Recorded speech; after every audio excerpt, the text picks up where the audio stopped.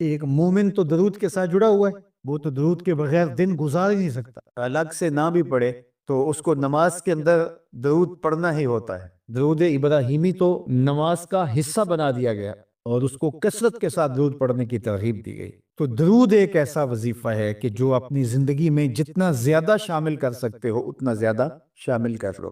ویسے بھی درود پڑھنے سے بچوں میں تقدس پیدا ہوتا ہے، بچے پاک دامن رہیں، عفت مآب رہیں، ان کی طبع میں تقدس رہے۔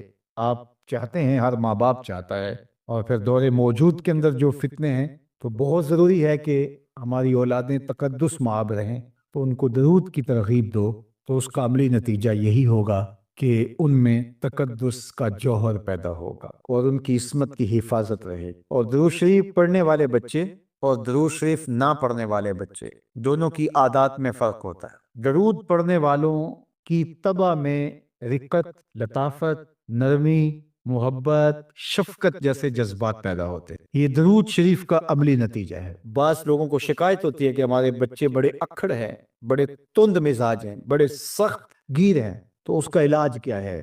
تو اس کا علاج یہی ہے کہ ان کو درود کی تسبیح دو۔ درود اکڑ توڑ دیتا ہے، طبیعت کی تندی نکال دیتا ہے، طبائع کی تلخیاں ختم کر دیتا ہے، محمد عربی کے نام کی مٹھاس پیدا کر دیتا ہے۔ حضور کا نام شہد سے میٹھا ہے، دل آویز ہے، کھنڈ میں اتنی مٹھاس نہیں ہے، شکر اور گڑ میں اتنی مٹھاس نہیں ہے، شہد میں اتنی مٹھاس نہیں ہے، کاند اور نبات میں اتنی مٹھاس نہیں ہے جتنی نام محمد میں رکھی گئی۔ ان کا نام لبوں پر آئے، میٹھا میٹھا منہ ہو جائے، ان کے بول بہاروں جیسے اور اصحاب ستاروں جیسے، ان سا پیارا اور نہ کوئی، ان سے بچھڑ کے لکڑی روئی، جب وہ سیر کو جایا کرتے سر پہ بادل سایہ کر۔ میرے شہر کے ایک پنجابی شاعر ہیں، انہوں نے تو قلم ہی توڑ دیا نا۔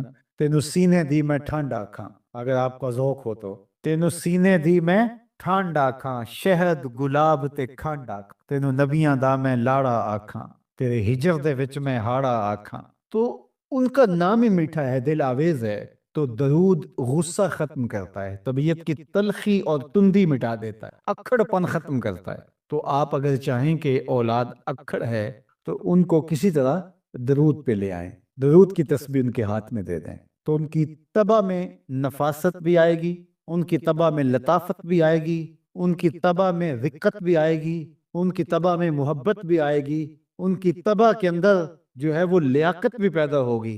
درود پڑھنے والا بچہ ذہنی استعداد میں درود نہ پڑھنے والے بچے سے بہتر ہوتا ہے۔ یہ بھی آپ تجربہ کر کے دیکھ لیں، دو بچے برابر ذہنی استعداد رکھتے ہوں اور ان میں سے ایک بچہ درود پڑھتا ہو اور ایک درود نہ پڑھتا ہو، تو درود پڑھنے والا بچہ آگے ہوگا۔ یہ درود کی برکتیں ہیں، یہ درود کی رحمتیں ہیں۔ تو درود کثرت سے پڑھنا اپنی اولاد کو سکھائیں گے۔ ہفتہ روزہ آپ محافل کا گھر میں انعقاد کر لیجئے اور اس میں صرف درود شریف پڑھ لیجئے، تو انشاءاللہ اس سے آپ دیکھیں گے کہ اولاد کو اس کا فرق پڑتا ہے۔ یہ تربیت کا ایک آسان نسخہ ہے، اور یہ وہ وظیفہ ہے جس سے تھکن نہیں ہوتی، یہ وہ وظیفہ ہے جس سے طبیعت میں تلخی نہیں آتی۔ کہتے ہیں وظیفہ میں نے پڑھا ہے تو وظیفہ پڑھتے پڑھتے میری طبیعت میں ہی ہو گیا ہے۔ وہ بعض کہتے ہیں وظیفہ الٹ پڑ گیا ہے۔ بڑے وظیفے الٹ پڑھ سکتے ہیں لیکن درود الٹ نہیں پڑتا، درود ہے ہی سیدھا، یہ الٹوں کو بھی سیدھا کر دیتا ہے۔ تو درود پڑھیں، اور یہ منہ بھی میٹھا رکھے گا، یہ دل بھی ٹھنڈا رکھے گا، یہ دنیا بھی ٹھنڈی رکھے گا اور آخرت بھی ٹھنڈی کر دے۔ درود چراغ بھی ہے، درود کستوری بھی ہے، خوشبو بھی ہے، مہک بھی ہے، شہد بھی ہے، گلاب بھی ہے، کھنڈ بھی ہے، اور سینے کی ٹھنڈ بھی ہے۔ تو درود اپنی طبع کے اندر اچھی طرح سے راسخ کر دے اور اپنی اولادوں کی طبع میں اس کو راسخ کریں۔ اس سے آپ عملاً دیکھیں گے، میں سالوں کی بات نہیں کرتا، اشروں مہینوں کے اندر آپ فرق پڑتا دیکھیں گے۔ میرے اور آپ کے آقا و مولا نے ارشاد فرمایا، قیامت کے دن میرے سب سے قریب وہ ہوگا جو کثرت سے میرے اوپر درود پڑھنے والا ہوگا۔ تو یہ حضور کی قربت کا ضامن ہے درود، تو اس لیے اپنی اولاد کو حضور علیہ السلام پر درود پڑھنے کی ترغیب دو۔